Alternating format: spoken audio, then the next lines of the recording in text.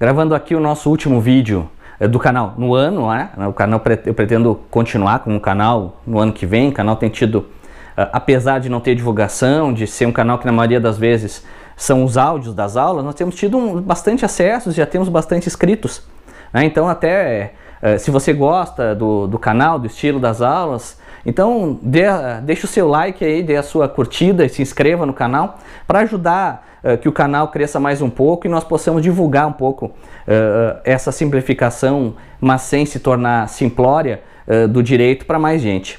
Pessoal, analisando as nossas estatísticas, eu vi que o vídeo, a aula, né, o áudio da aula mais assistido, é o que diz respeito à ação de demarcação e divisão de terras particulares. Então, eu sou atrapalhado mesmo. Quem ouve as minhas aulas sabe que eu sou assim. Então, por isso que eu me mexo aqui demais. Eu tenho certa dificuldade com a câmera. Então, essa ação de divisão e demarcação é a que suscitou mais curiosidade nesse ano. Então, por isso eu optei por gravar um vídeo um pouco menor, dando os detalhes principais dessa ação. Bom, a primeira questão importante é que, na verdade, não é uma ação de demarcação e divisão. Essa ação eventualmente pode ser acumulada, mas se tratam de duas ações distintas, com objetivos distintos. A ação de divisão de terras pressupõe a existência de um único imóvel sob o regime de condomínio. Bem, o condomínio ele não nasce para ser eterno, ele não nasce para se perpetuar. O condomínio nasce para durar pouco tempo. Então, justamente para garantir que cada um dos coproprietários tenha acesso à sua cota à parte, há uma ação própria com um rito especial para fazer o quê? A divisão desse imóvel que se encontra sob o regime de condomínio e extremar, dividir, entregar a cada um daqueles coproprietários a sua parcela na área, o seu quinhão. Já a ação de demarcação de terras, ela pressupõe a existência de dois imóveis e sobre estes imóveis pende o quê? Pende dúvida acerca dos limites entre os imóveis. Se esses limites foram apagados ou se esses limites foram alterados, seja pelo curso do tempo, seja por ação humana. Então, na ação de demarcação, eu tenho obrigatoriamente dois imóveis. Da mesma forma, a ação de divisão e demarcação, ela é adjetivada pela legislação com a expressão particulares. Porque para a ação de demarcação de terras públicas, eu tenho um outro procedimento previsto na Lei 6383 de 1976, que estabelece o procedimento específico para demarcação e divisão de terras públicas, as chamadas terras devolutas. A legitimidade nas ações também não é idêntica. A legitimidade ativa na ação de demarcação de terras particulares é exclusiva do proprietário. A doutrina admite que o promitente comprador tem essa legitimidade. O que é mais ou menos pacífico em doutrina e mais ou menos pacífico em jurisprudência, né, pessoal? Vocês sabem que em direito sempre tem uma corrente divergente, é de que o possuidor não tem legitimidade ativa para a propositura da ação de demarcação de terras particulares. Mas, como o legitimado passivo na ação de demarcação será o confinante, este confinante sim pode ser proprietário ou possuidor do imóvel sobre o qual há disputa em relação aos limites. Se trata em relação aos confinantes de litisconsórcio necessário. A lei fala que todos os confinantes serão litisconsortes, serão citados para a ação de demarcação de terras particulares. Agora, ainda que seja um litisconsórcio necessário, se trata de um litisconsórcio necessário simples, não é litisconsórcio unitário. Por quê? Pelo fato de que a sentença ela pode ser distinta para cada um dos confinantes. Então imaginemos que um determinado imóvel tenha 3 confinantes. Todos obrigatoriamente serão citados. Mas a sentença pode determinar que a nova demarcação, que os novos marcos sejam fixados na propriedade de somente um dos confinantes, afirmando, por exemplo, que os demais confinantes, os limites estão corretos e não precisam ser modificados. Na ação de divisão de terras particulares, o legitimado ativo e o legitimado passivo serão sempre os condôminos. Aqui eu estou diante de um litisconsórcio necessário. Já na ação de divisão, tanto a legitimidade ativa quanto a legitimidade passiva recai sobre os condôminos. Então, todos os condôminos deverão ser citados na ação proposta por quem? Por um dos condôminos. Porque o objetivo é justamente dividir, demarcar esta terra para que esta propriedade coletiva se transforme numa propriedade individual. Em relação ao procedimento, o artigo 574 e o artigo 588 do Código de Processo Civil estabelecem os requisitos da petição inicial da ação de demarcação no 578 e da ação de divisão no artigo 588. Basicamente, o que diferencia do procedimento do artigo 319 é que são acrescentados novos requisitos. Na ação de demarcação, obrigatoriamente, a ação será instruída com a prova da propriedade do bem.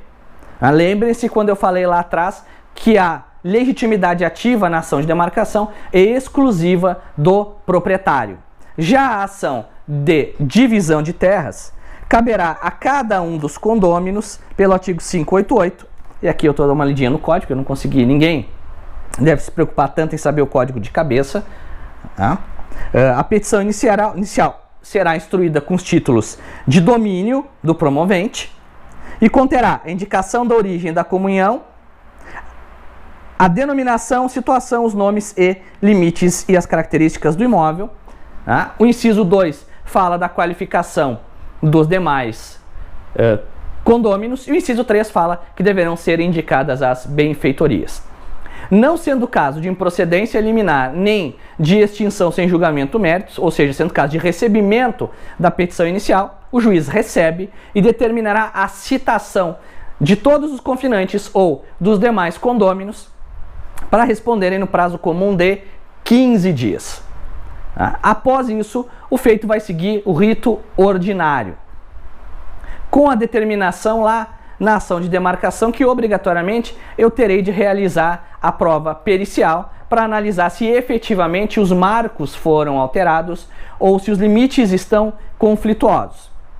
Mas lembrando que o código diz que se os imóveis confinantes e o imóvel que se discute a demarcação foram georreferenciados, o juiz poderá dispensar a perícia, porque o georreferenciamento traz medidas e limites muito mais precisos e que dispensam a realização da prova pericial na primeira fase, na fase de... Então, pessoal, transitada em julgado a primeira fase da ação de demarcação e divisão, se inicia a chamada fase executiva, que é um prolongamento da primeira fase. Então não vão haver novas citações. Nessa fase, o que vão acontecer são os atos materiais de demarcação e de divisão. Na ação de demarcação de terras, o agrimensor, que será nomeado pelo juízo, ele vai realizar os atos materiais de medição e de colocação dos novos marcos no imóvel. Após essa colocação, será lavrado um auto de demarcação e esse auto será subscrito pelo juiz, pelo escrivão e pelos peritos.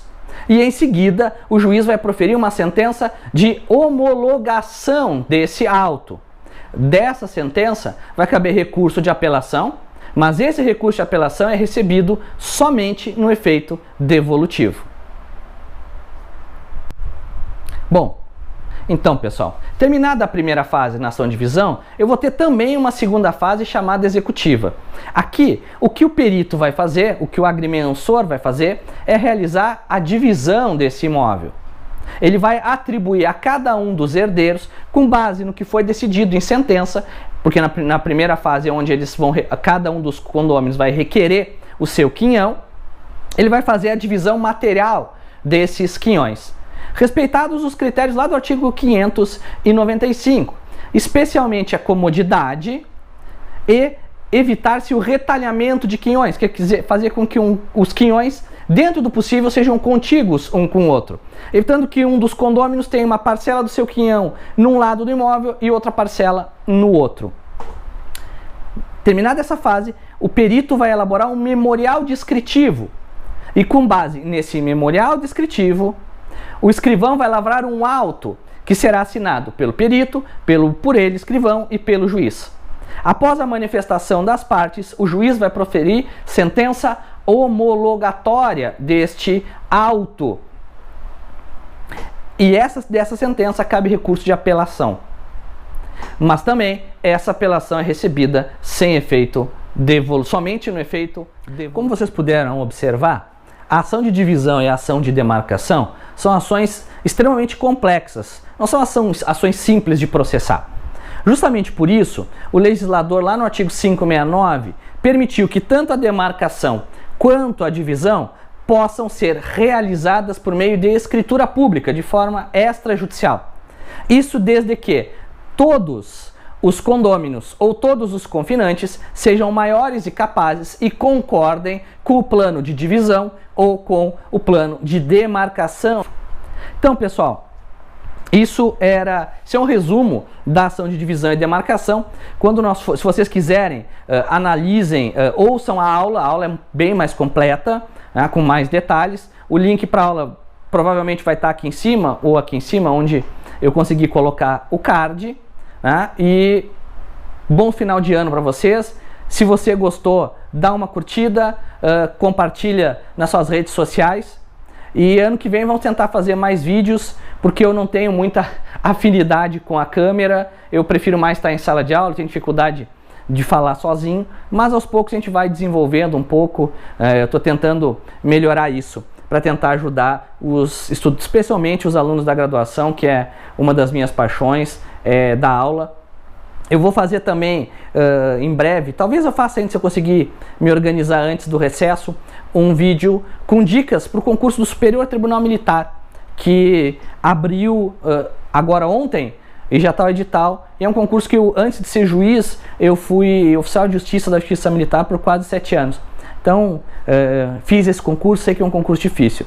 Se você gostou do vídeo, dá o like. Se você assistiu o vídeo até o final, comenta ali. E se você tem interesse no vídeo sobre o concurso superior Tribunal Militar, dá um comentáriozinho, coloca ali STM embaixo, até para que eu saiba se você viu ou não o vídeo até o final. Obrigado, pessoal, espero que tenham gostado. Em breve a gente faz um novo vídeo.